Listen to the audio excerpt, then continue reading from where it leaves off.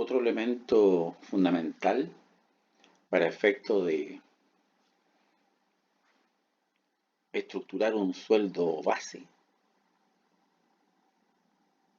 es el descriptor de cargo del funcionario que pertenece a la organización. Porque obviamente, aparte de la calificación que se le va a dar, el grado de responsabilidad, el grado de autoridad y las tareas que realiza debe ser consecuente con el nivel de ingreso. Todo esto lo estamos entregando como insumos para lo que va a ser la política de sueldos, que es muy importante tenerla dentro de una organización. Lo primero, obviamente, es identificar el cargo. En taller vamos a ver un descriptor de cargo completo de un gerente técnico que me tocó desarrollarlo. Y para cada uno de los cargos dentro de la organización debemos tener hecho el descriptor, no solamente para seleccionarlo, sino que también para, en función del cargo, de la responsabilidad, de la autoridad que se le entrega, asignarle un sueldo base. Importante describir bien las tareas, por un lado la función y las tareas que va a implicar esa función. Cuando hablamos de la función, por ejemplo, supervisor de obras, tendrá como función el supervisar diversas obras o partidas que la empresa desarrolle. Y dentro de las tareas habituales tenemos que ir describiendo todas las tareas que implique el cargo que va a desempeñar. Las tareas permanentes que eso significa. Pero además de eso, es importante poder detallarles las actividades no habituales que de repente eventualmente podemos necesitar que la ejerza porque falta personal, porque de repente no hay un lugar donde considerarlo y necesitamos que haga algo transitoriamente, pero es importante que eso esté dicho en el descriptor de cargo, por dos razones. Una, para que él no nos demande en caso de que surja un conflicto, y también por si tenemos una visita de la inspección del trabajo, que la persona que está en un cargo ejerciéndolo esté bien reglamentadamente ahí y no esté de manera irregular. Por eso es que es importante definir bien aquellos puntos. Las responsabilidades. Es obvio que la responsabilidad que tenga cada persona va a ser directamente proporcional con el sueldo que tenga. Y también debería ser directamente proporcional con el nivel de calificación. De tal manera de no poner en un cargo alto de mucha responsabilidad a alguien que tenga poca preparación y su situación termine siendo un problema porque va a generar resentimientos. Dentro de esa responsabilidad por procesos. En el caso del supervisor, obviamente que va a tener responsabilidad de todo ese proceso constructivo y va a estar en el área obras, ¿no es cierto? Y en la partida específica que él se va a encargar.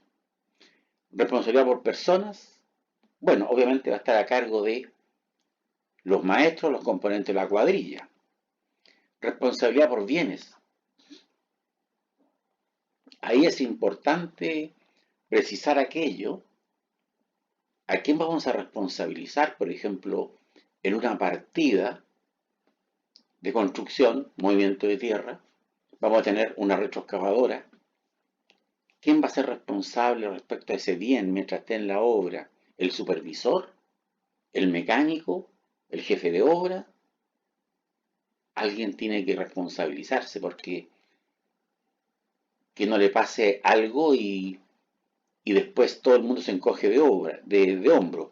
O el operador de la maquinaria también, que sería como lo más lógico. Responsabilidad por exactitud. Por ejemplo, volviendo al caso de este personaje, del supervisor, si él va a pedir hormigones para el día siguiente, es él el responsable de pedir lo que se requiere y no cometer la torpeza de que de repente nos sobre un camión. En el caso de un profesional, la responsabilidad de formular un estado de pago. En el caso del que estudia propuesta, la responsabilidad por que el presupuesto calce y no existan errores aritméticos. O sea, cada funcionario debiera tener ciertas responsabilidades por exactitud y hay que precisárselas. La responsabilidad del mecánico es hacerle los cambios de aceite a la maquinaria en las horas que corresponde. Y si no lo hace, va a tener una falta grave. Pero hay que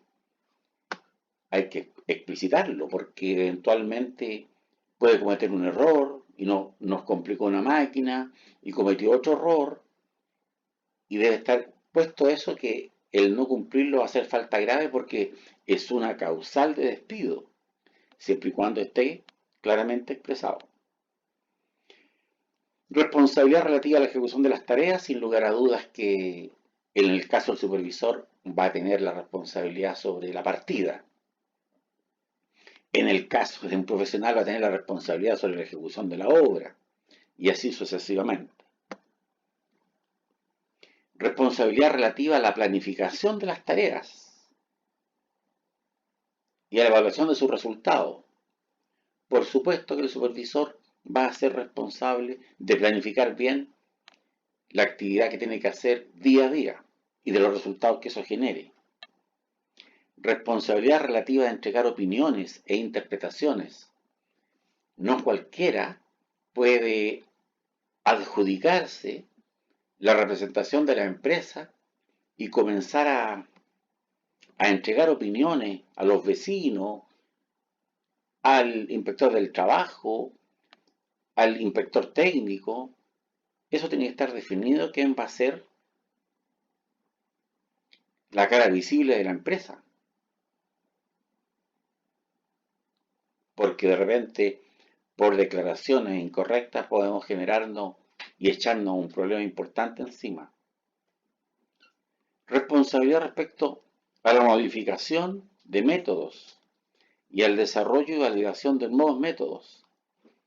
En una obra muchas veces surgen cambios, surgen algunas modificaciones que es necesario realizar a la forma de ejecutar las cosas.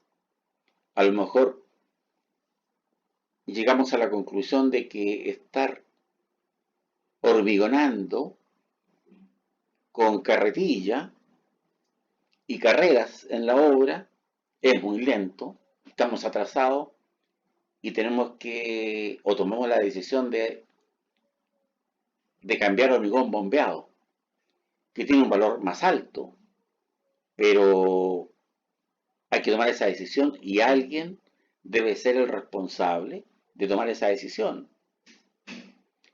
Responsabilidad por contactos personales. No cualquiera puede comunicarse con el proveedor. No cualquiera puede comunicarse con la inspección técnica o con la asesoría de inspección o con algún fiscalizador. Responsabilidad por dinero o valores. Hay gente que va a manejar caja chica.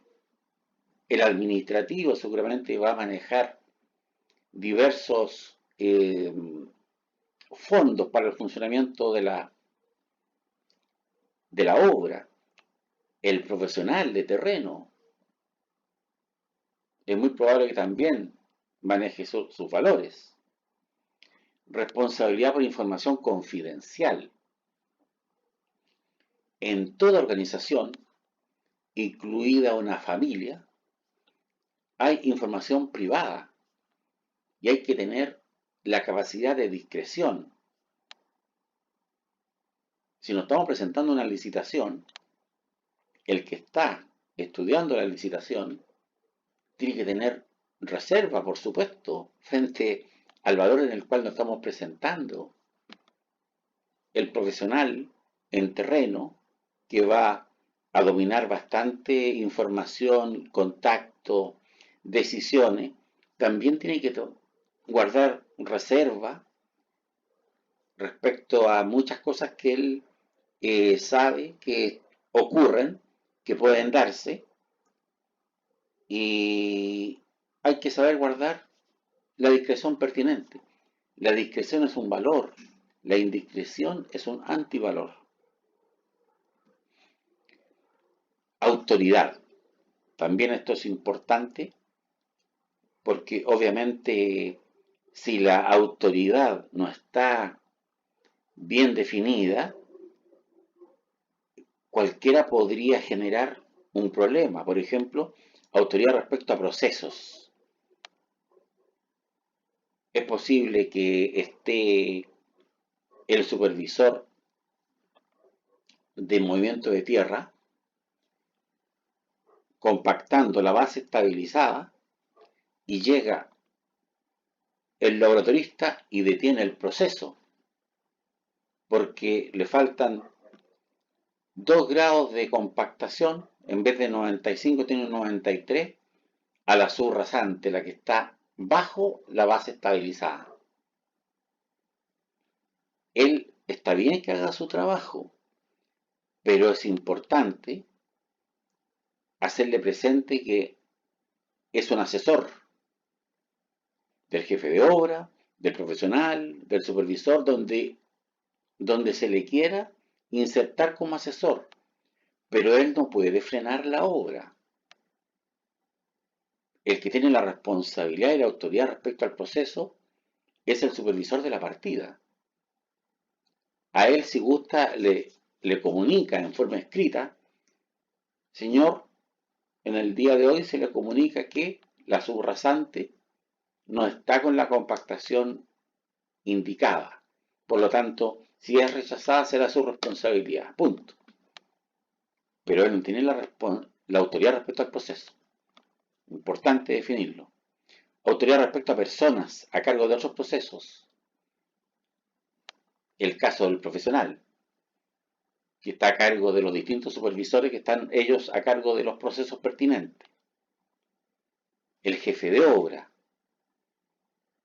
Pero esa autoridad tiene que estar claramente definida para que no haya problema. Autoridad respecto a bienes. Que llegue el mecánico y paró el equipo y estaba a lo mejor el proceso de excavación y transporte a botadero, y todo el mundo: oye, ¿qué pasó? ¿Por qué paraste el proceso? Porque le voy a hacer cambio de aceite a la máquina. Está en las horas que corresponde. Bueno, ¿y qué problema hay en hacerlo 2 horas más? Pero no me podéis parar la faena. Es que yo soy responsable de que la máquina funcione bien, perfecto, porque yo soy responsable del proceso. Por lo tanto, por mucha responsabilidad que tengas sobre el bien, tienes que preguntarme a mí si no vas a interrumpir el proceso, porque en este momento lo interrumpiste. Y tengo camiones parados afuera, arrendados por hora. Entonces, esas cosas no se pueden dar. Interrelaciones. Importante definir qué supervisión voy a recibir, y qué supervisión voy a ejercer. Si soy profesional de la obra, voy a recibir la supervisión del gerente técnico y voy a ejercer una supervisión sobre el jefe de obra y sobre los supervisores. Bueno, y sobre lo administrativo, pero sin estar bypaseándome a los jefes directos de ellos. Importante, esto fundamentalmente es la parte importante para el proceso de selección, el esfuerzo requerido. Importante saber que estamos incorporando alguien que va a estudiar propuestas y va a tener un esfuerzo intelectual importante, o alguien que va a estar en terreno, en una obra eh, con mucha pendiente, va a tener que transitar harto, por lo tanto va a tener un esfuerzo físico importante y a lo mejor no está capacitado, digamos. Podría tener alguna afección de salud. Ese dato hay que entregárselo al que va a seleccionar. Los riesgos que implica las condiciones del trabajo, las condiciones del entorno o del lugar específico, porque el trabajo podría tener un cierto riesgo, pero aparte de eso, eh, tenemos que trabajar en altura, o a lo mejor en un entorno, una obra marítima, en fin, todas esas cosas es importante precisarlas para el proceso de selección. Requisitos para el cargo, y aquí tiene que ver con la calificación, de tal manera que exista una coherencia entre la calificación de la persona con el cargo que va a desempeñar. Educacionales o profesionales, ahí tenemos que ser muy claros en cuanto a el título, el grado si es que es necesario, o algún otro curso de capacitación que consideremos necesarios para el cargo, cursos formales de capacitación o programas de entrenamiento. A lo mejor quiero un operador de maquinaria, pero que me acredite que ha hecho algunos cursos de mecánica en motores diésel, cosa que el personaje cumpla no solamente un buen proceso de la operatoria, sino que también sepa conocer la máquina cuando tiene alguna avería, cuando necesita alguna mantención, etc. Habilidades relacionadas con el cargo. Necesito precisar si tiene que ser a lo mejor una persona muy concienzuda, muy estructurada para estudiar propuestas, por ejemplo, donde se requiere ese nivel de aplicación, experiencia y entrenamiento formal en el cargo. Si necesito un profesional con 5 años de experiencia, tengo que dejarlo estipulado. Atributos personales requeridos.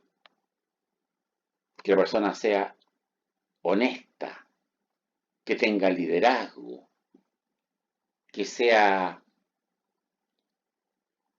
transparente, que tenga buenas relaciones interpersonales, capacidad para trabajar en equipo, etc. Todo eso es importante que se pueda precisar en un descriptor de cargo para, por un lado, encontrar a la persona correcta que se requiere y por otro lado también para definir un sueldo base coherente con la responsabilidad y con la autoridad que va a tener en obra.